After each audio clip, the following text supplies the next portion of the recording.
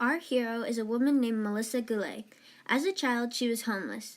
Homelessness is a big problem in the United States. There are 1.56 million homeless people in the United States and 114,000 in California alone. Even our small town Auburn currently has problems with homeless population. In the year 1996, also the year Melissa was homeless, single mothers and children made up the largest portion of homeless people in rural areas. This highlighted portion is around where Melissa was when she was homeless.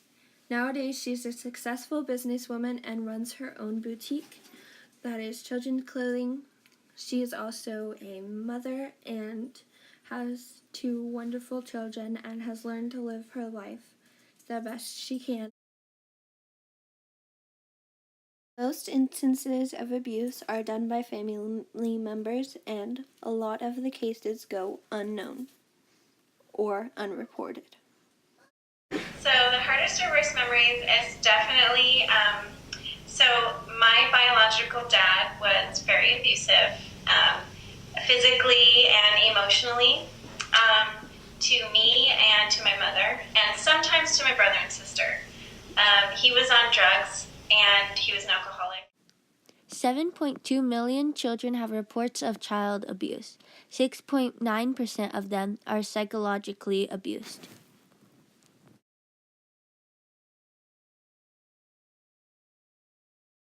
Were you ever scared you would stay like a long time in the shelter or stay a few years? Yeah, I was actually, and I'm glad that we didn't stay as long as I thought we would. When I look back at it now, I'm like, wow, 6 months is like, or 8 months is not, it's not that bad. Like, it could have been way worse, and I'm grateful that it wasn't longer. What do you think the biggest thing that you had to overcome? The biggest thing, which to this day, I work on this still constantly. Childhood was from being born until 12 and a half is when we left my biological dad. So those 12 and a half years, it's been years, and I still struggle with trusting men. I have that, impression from my childhood, men are bad, and so that's something that I constantly have to work on and remember. That when you were homeless, do you think it drove you to become a better person or be different? Or to work harder? Yeah. Yes, definitely. So I always knew growing up, you realize at a certain point, my family is poor, kind of frustrated.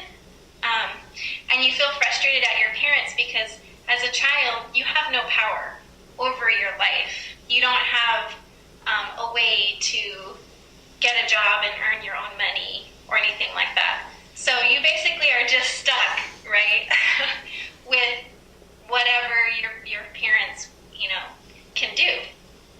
And so I just remember growing up thinking, I don't want to be like that. When I grow up, I want to go through what I went through. And I try really hard not to act the same way that my parents did. But I realized that, acting that way was going to give me exactly the same life that they had. And I didn't want that. So I needed to fix my problems, my anger, because I was really angry for a long time. And I needed to fix that, and I needed to make a better life for myself. And so I did. What was one of the biggest things you remembered from the shelter? A big, moment or something? A big moment, memory? Yeah. So a really hard thing it's a hard thing, if that's okay. Yeah. A really hard thing about the shelter was there was one kitchen and I think 2 refrigerators. And everyone had to label their own food and then put it in there, and you just had to pretty much hope that nobody else would eat it. And the shelter would give us some food too, but they didn't have enough, food to give us 3 meals a day every day. How did your mom find jobs while you were there? Pick up the newspapers.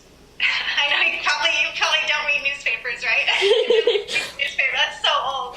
But people used to read newspapers. She would set up interviews and then take the bus to the interview while we were at school, and it was just a very long process. And so that's why it took her so long to find a job. Like, just getting to an interview was like just a lot of work. And she didn't have a lot of experience, so it was definitely difficult for her to find a job. But eventually she found one.